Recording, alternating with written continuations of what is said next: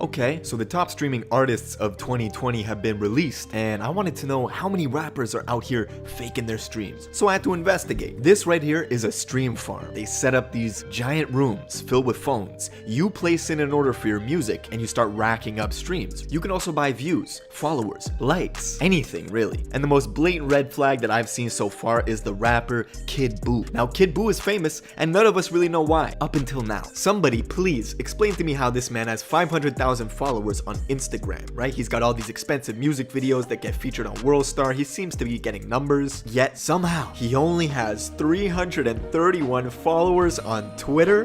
What? That makes no sense. Kid Buu's career is fiction. It doesn't exist, right? It's been bought and paid for by his record label, Island Records, who they're known to do some sketchy shit. Kid Buu is selling hot sauce bundled with his single in order to desperately boost his streams, right? Now this is the technique you see many rappers do, people like DJ Khaled who bundled his album with energy drinks. Like, come on bruh, what does this even mean anymore? Kid Buu is not the only fraudulent rapper out here, and this is not the only technique the rappers are using. The second technique is far more disturbing. It involves defrauding the streaming services themselves using computerized click farms and bots, but these bots are also capable of hacking into legitimate accounts and streaming from those accounts when nobody's using them. In plain English, they're hacking into your accounts and playing music on your accounts. Hey Spotify, this song by French Montana keeps playing by itself when I am using the client on my PC. I do not know whether this is a glitch or if someone hacked into my account. Please help. Someone hacked into my Spotify and started listening to French Montana. I feel so violated. Yo, someone is listening to Writing on the Wall by French Montana again on my Spotify. WTF.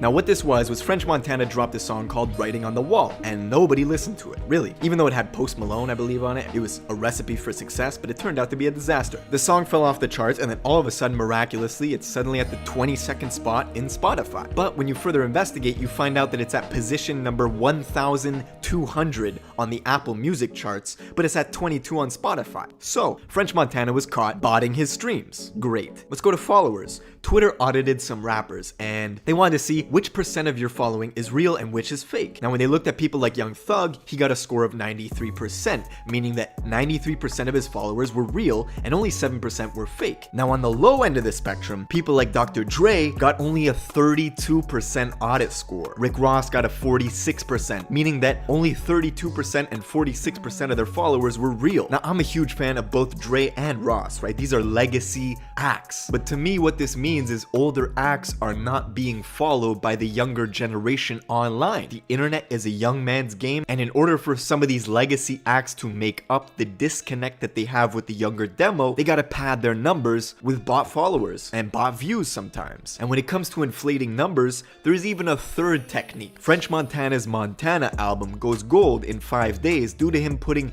multiple songs from 2016 on his 2019 project. Next time Academics posts the first week sales for a rapper asking you if it's a W or a L, you don't know what to believe. We don't know what's real. Now look at someone like Lil Tecca. People thought that he was buying streams and that he was an industry plant because his hit song kind of came out of nowhere. Personally, I don't think Tecca is a fraud because he had a consistent fan base on SoundCloud before he was signed. If someone is consistently doing well on SoundCloud, to me, most of the time that means they're legitimate because SoundCloud, there's no money. Now the truth is, these techniques, all they do is evolve. Before the streaming era, labels would purchase boxes of their artists' albums and just ship them off to these remote warehouses only to resell them after, right? Nobody buys physical copies anymore, so they just have to update their tactics. Now maybe somebody is asking, why bro? Why would you buy fake followers? Fake followers don't buy your music or go to shows. Well, they actually indirectly can make you money by making you appear more famous than you actually are. This industry is largely based off of perception. Who's the coolest?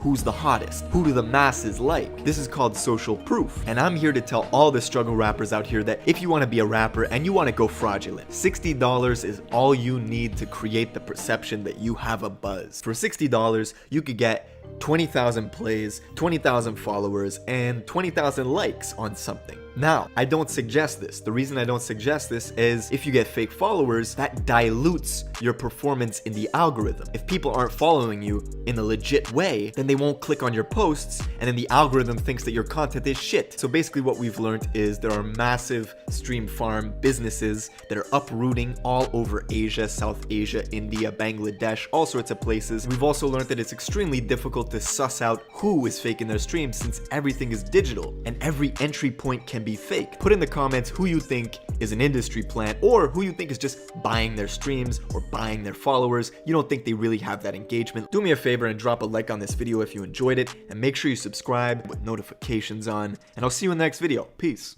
Question: how many faking they streams, getting they plays from machines? That's a damn good question, Cole.